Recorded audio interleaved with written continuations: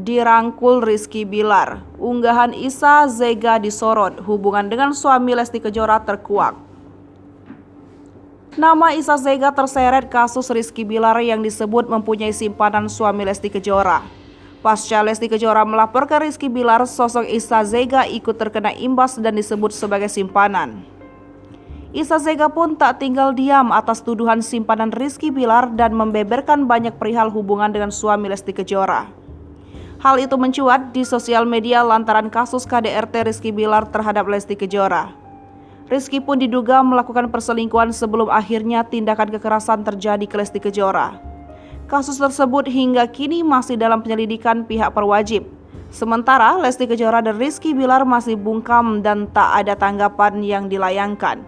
Namun, kabar Lesti Kejora kini diketahui masih terbaring di rumah sakit usai melaporkan Rizky Bilar ke polisi. Hal itu membuat Rizky Bilar dan Lesti Kejora terus menjadi sorotan, hingga banyak kabar miring yang beredar terkait masa lalu Rizky Bilar. Salah satunya hubungan Rizky Bilar dan Isa Zega yang disebut-sebut pernah menjalin kedekatan spesial.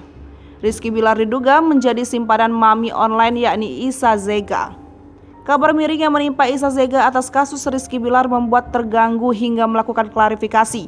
Ia mengungkapkan kedekatannya dengan Rizky Bilar sebelum menjadi terkenal. Kerisauan Isa Zega yang terus dikait-kaitkan dengan Rizky membuatnya geram, hingga banyak yang menanyakan kebenaran hubungan dengan Rizky Bilar.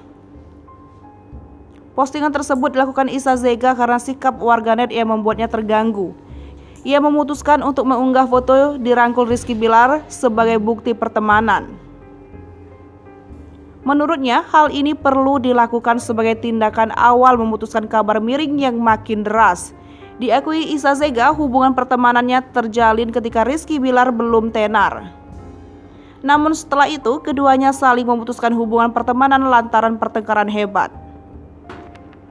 Hai pemirsa Sri Popo TV, jangan lupa komen, like, dan subscribe, serta tonton terus berita-berita terupdate lainnya ya.